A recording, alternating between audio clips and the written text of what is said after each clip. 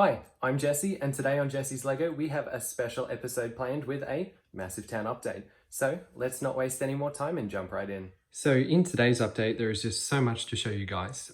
This is actually a pretty exciting update for August as well, because between the last update and this one I've had a parts order and opened a few new sets too. So there's a lot going on, and I've even built some MOCs as well. So I'm really excited to show you guys all of this.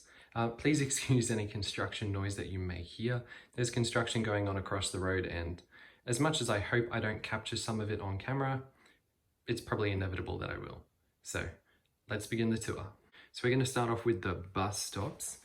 So this is my own design for a bus stop, and I've been working on it for quite a while now. It took a while to get a design that I was happy with, one which doesn't kind of obstruct the building behind it, but still looks classy in front of it. So this design I actually don't have enough timetable stickers for, like this one's got here, but it is something that I hope to get at the end and have every bus stop with a timetable sticker. I've actually done another video on these, so if you're keen to build one of these yourself or use it for inspiration, I've put the link in the description below so you can find it and add some bus stops to your town too. So this street here is Tubeside Avenue. This one over here is Clutch Road. So I got those from the extra sticker pack. I really love that extra sticker pack, as you may be able to tell from my little flag posts that I've got over here too with extra stickers. And this one is System Avenue. So this is where the red bus picks up from. The red tour bus that we can see here. And the yellow buses, like we can see here, are what pick up from the suburban bus stops, like we've got at the park. So another notable change is we've now got my MOC double globe lampposts as well getting around the parks, which I think just add a touch of elegance to the parks now. So it's nice to have some lighting that's a bit different from the typical white lamppost that we've got everywhere else as well. And it's quite nice to see that the park is finished too, in some respects. I've got another umbrella that came with the parts order, and I've tiled in the soccer field too, so kids have somewhere to play. And we got a bit of activity with the minifigures coming back. So I've got the park ranger catching a skunk over here, someone else mowing the lawn, and she's taking photographs. But all the action is actually over here at Town Square at the moment, so we'll cover that in just a second. So we're going to take the scenic route all the way over to Town Square, which has now transformed into Town Fair. And of course, let's not forget the elephant in the room, Cafe Corner. So this is the first time that this has been assembled in about 3.5 years now, nearly 4 years. I love the building so much. It's my favorite building and the first building that I bought as well. And I just really want to update it to be a bit more like the modern modular buildings and have a full interior, detailed exterior, you know the drill, but it's proven quite hard and expensive. So I'm very much looking forward to completing this project in the near future. It's just missing things like a bit of an interior, but we'll cover on that later. The ground floor though, the cafe is pretty much complete. You can see that there's a film crew out the front for a news special. There's a lineup for the takeaway window as well. Already got some customers hiding behind that tree there. So that, yeah, I'm really excited to show you guys some more of that. Also excited to finish the project too. But for now, it's nice to finally see some activity at Town Square again. So Town Square has become Town Fair with the People Pack Fun Fair. So I like to use the People Packs for, well, everything. They're great for people, but this one inspired me to create a bit of a fun fair, like the festival in between festivals for Town Square. So I'll just show you a little bit more. So we have over here the test of strength. We've got some target shooting. We've got ring toss over here, and everything else that you'd kind of expect happening at a fun fair. So you'll notice some of the sig figs from accounts that I follow on Instagram, some of my good friends, and also some interesting ones like the Highwayman, obviously bending the rules a little bit. Same with the Strongman. Let's hope they don't walk away with too many prizes, because We don't have any rules enforcement at the park at the moment, but just very nice to see it with the double globe lampposts and these 2 bus stops. So this is kind of like the interchange here for the red bus and the yellow bus, right opposite the hotel and the cinema and the mall. So yeah, it's the perfect place to have a bus interchange. But I think the next time we see Town Square, it'll be decorated for Halloween, or, well, hopefully I make another town update video before then and we get to see a bit more of Town Fair. But otherwise, Halloween will be the next seasonal overlay for the park, followed by Christmas. So stay tuned for that. And moving on over, the other thing I forgot to mention is we have minifigures. So the town actually starts to look a little bit alive again. We got some in the tour bus, we got some dining outside Cafe Corner. We've always had the party goers in the pink Cadillac, but window shop is over here. So I look forward to adding more minifigures back in, but for now, we're just gonna have to have a few on display to give a bit of a theme for the city. So over here's what I really want to talk about, and that's my Lunar New Year temple. I've updated the facade behind it. It's lacking a bit of detail, but from what I'm gonna show you in a moment, you'll see why it's a flat back. But it's nice to be able to have this to fit in amongst the modulars. I'm trying to turn my Lego store into a modular with little success, so wish me luck, we'll get there eventually. But to do what, I love having the bus stop out the front, just makes so much sense. Unintentional, but it works. One of the pitfalls of what I'm about to show you is doing work behind the alleys, where I finally finished paving all the alleys, meant that this base plate no longer matches up properly with the road anymore. Took the whole table apart, can't work out what's wrong with it, even swapped the base plates of the some of the other buildings around to see if they would fit better, and it doesn't. If anyone has any solution for this, I believe the gap's a bit too narrow. Please let me know, because I would love to be able to tile this area again. Looks a bit weird, as you can probably tell. But one of the other things, finished paving the alleys and tiled some roofs, which for me is quite exciting because it adds a nice little pattern. Exposed studs isn't my favorite look. But with a little pattern, it's a lot easier to dust too. And I dusted just before this video, so plenty of dust-free activity. And it's allowed me to, I'll just come around here, make the rooftop terraces, like little places that I can put. For here, it'll probably be an employee break area, as well as a bad guy break-in area. And we'll have a bit more decoration going on over here. And eventually, when I tile the top of Cafe Corner Garage, yeah, that'll be a pretty cool space too. Now onto one of the newest areas, the Lunar New Year markets. So I really love the Lunar New Year sets for this year, and I really wanted to use the markets a little bit more than just, you know, in Town Square when it's Lunar New Year time. So I made a permanent home for them behind the Lunar New Year temple in the Alleyway. So I've even gone and built an MOC, which I tend not to do because I get so engrossed in them and never have enough parts. But there's a little facade that goes behind the temple now. It's supposed to be traditional Chinese architecture as well. And we've got the Chinese architecture of the little stores down here. We'll see if I can get you a better look.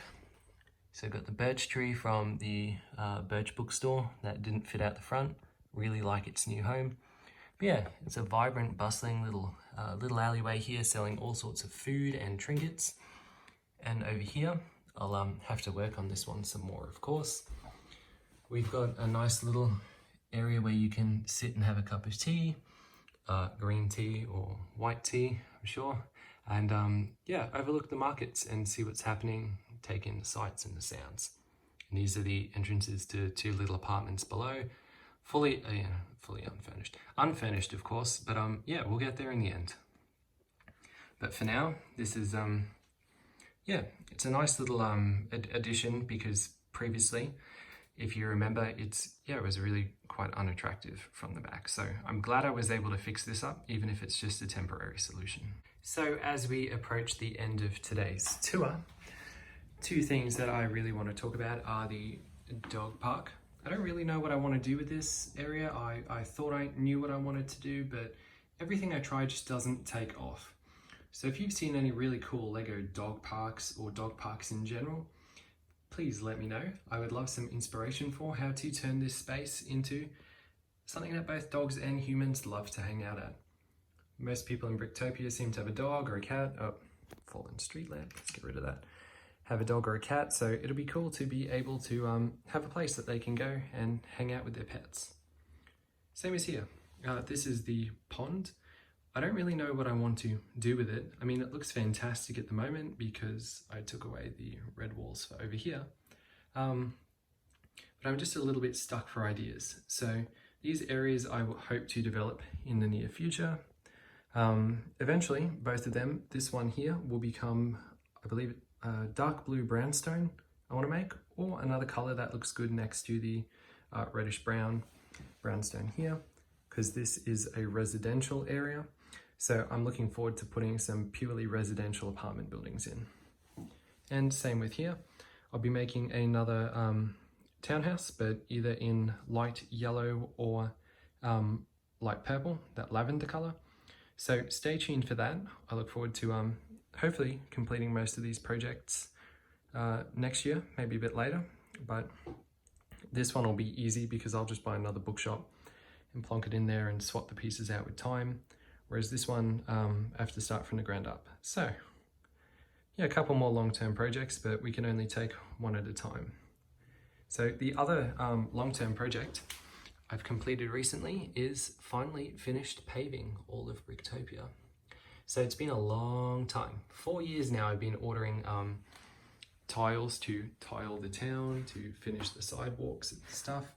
As most of you probably know who have a town, you know, areas like this in front of us with the red exposed are all too common. You just need so many of these darn things to pave everywhere. But I'm glad to say that's finally finished, and as are the alleyways behind the buildings. It adds a lot of appeal to me, at least, to have clean paved alleys, and whether they've got gardens or same as rooftops, but just utilizing every little bit of space that I have for something meaningful and unique to Bricktopia. Because, as you know, I don't really have anywhere to expand my town, which is a bit of a problem. So what I like to do is capitalize on the space that I do have and turn it into something special. But yeah, hopefully I'll have more rooftops finished a bit later. They're just so much easier to dust and to clean and stuff. So, and I don't mind the pattern on top too. For me, I don't like the look of exposed studs. It screams dust. So anything that's not exposed studs, yeah. Looking forward to seeing how that goes. So there is something else special to show you. We now have lights under the elevated railway bridge. So I've just put in a single strand of copper fairy lights underneath, and it's taken me a while to put some lighting in Bricktopia. Trust me, I've tried several different things, but I think wireless solutions are by far the best for me because I actually take off the tops of my buildings and the levels and move them around a fair bit so wiring gets in the way. And then one of my friends suggested that why don't I put fairy lights or something under the bridge, because actually I don't move the elevated railway or take the top off it very often, so it's the perfect area to be putting said lights, which was really cool, and it has a great effect at night time too. It's just a bit too bright to show you at the moment, but over on this side here we have the Technic plates with pinholes either side, and I use the pinholes to guide the wire through, and the slit where the pins would join in the middle is actually perfect because it makes it look like a lighting fixture now, kind of a municipal industrial lighting fixture that kind of suits these ones over here. And yeah, so in the darkness the light actually casts down and it looks really fantastic. I just need to order some more of those parts to guide all my wires through with future orders. So I'm very much yeah, really pleased with how that looks and how it turned out. This is the battery pack over here, nothing too special. It's just tucked away at Cafe Corner, Assembly Square. So if you're in Australia, I believe I bought these from Kmart a while ago. Not sure if they're still there, but this is a pretty decent solution for only a few dollars. Speaking of change, this will be the last time that I do a town update from this location here. So thank you very, very, very much to my first 100 YouTube subscribers and everyone who has subscribed subsequently. You've given me the confidence that I do have what it takes to expand my setup and should move to a slightly larger room where I have full height ceilings and can actually walk around, get all those nice photography angles and videography angles too. Because there's a lot of places, like especially behind at the moment and down in that corner, they just don't photograph well and they don't appear very well on video either. All the lighting comes from this side. So it'll just be nice to move to a different setup and be able to take better footage and better photography for you guys. So thank you very much for your confidence in me. I really appreciate it, and I look forward to bringing you cool new content in future. Until then, if there's anything that I can cover in my town or show you more video of in future, please let me know. I do tend to only show what's new or projects that I've completed in these town update videos. But if there's anything in particular that I gloss over or you'd like me to spend more detail on, please let me know in the comments below and I will endeavour to include it in a future video. Thank you for watching my August town update video. If you enjoyed this video, please don't forget to hit the like and subscribe buttons below. Look forward to seeing you next time. Until then, bye-bye.